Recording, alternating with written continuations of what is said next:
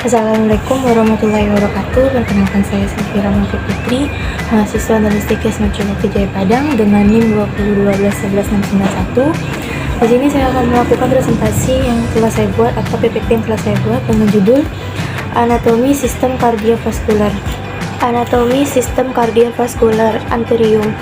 Anterium dextra terdapat dalam bagian superior kanan jantung, menerima darah dari seluruh jaringan kecuali paru-paru.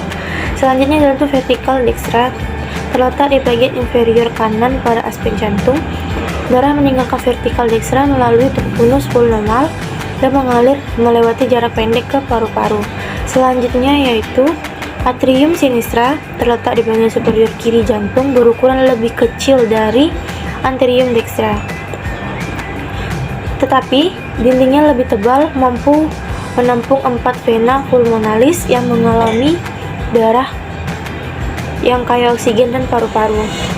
Selanjutnya vertikal sinistra terletak di bagian inferior kiri pada aspek jantung, tebalnya lebih dari vertikal dextra. Darah meninggalkan vertikal sinistra melalui aorta dan mengalir ke seluruh tubuh kecuali paru-paru. Selanjutnya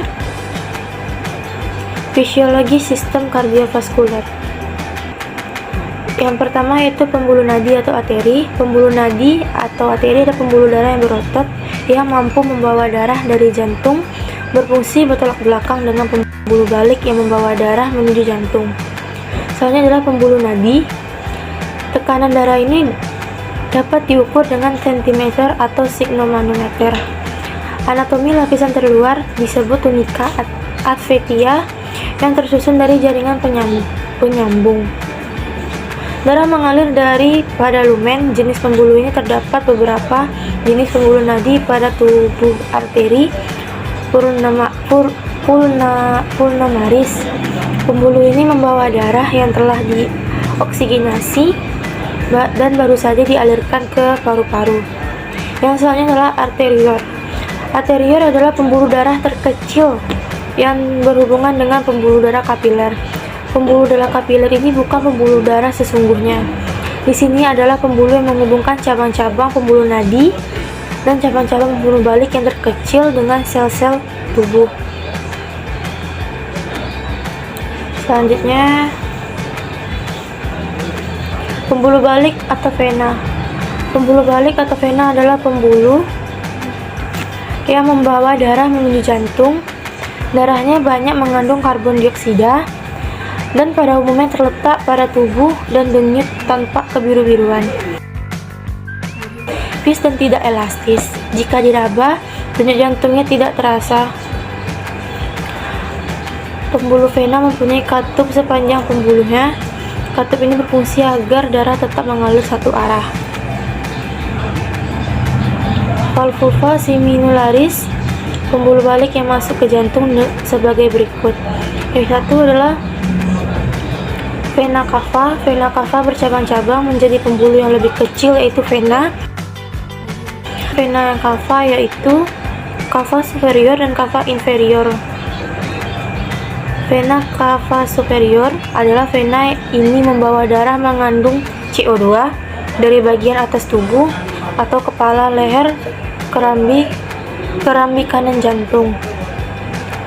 Selanjutnya vena cava inferior, yaitu vena membawa darah yang mengandung CO2 dari bagian tubuh lainnya dan anggota badan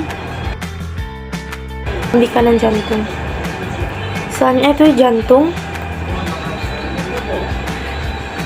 Sistem organ kardiovaskular jantung adalah sebuah rongga-rongga organ berotot yang menumpang darah lewat pembuluh darah bagian kontraksi berirama yang berulang-ulang. Selanjutnya struktur internal jantung. Secara internal, jantung dipisahkan oleh sebuah lapisan otot menjadi belah bagian di atas bawah menjadi 2 pompa. Pompa ini sejak lahir tidak pernah tersambung.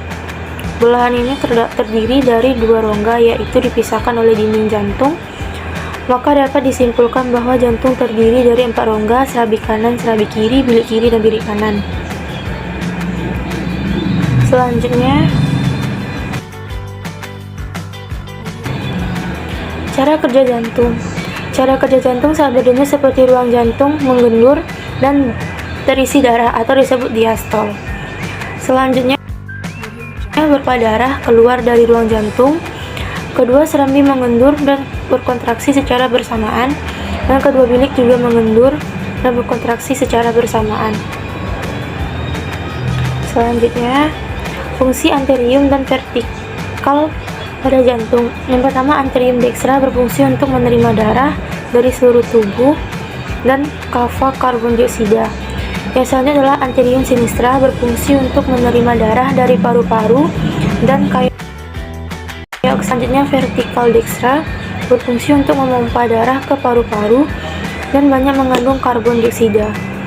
Yang keempat, vertikal sinistra berfungsi untuk memompa darah ke seluruh tubuh dan banyak mengandung oksigen.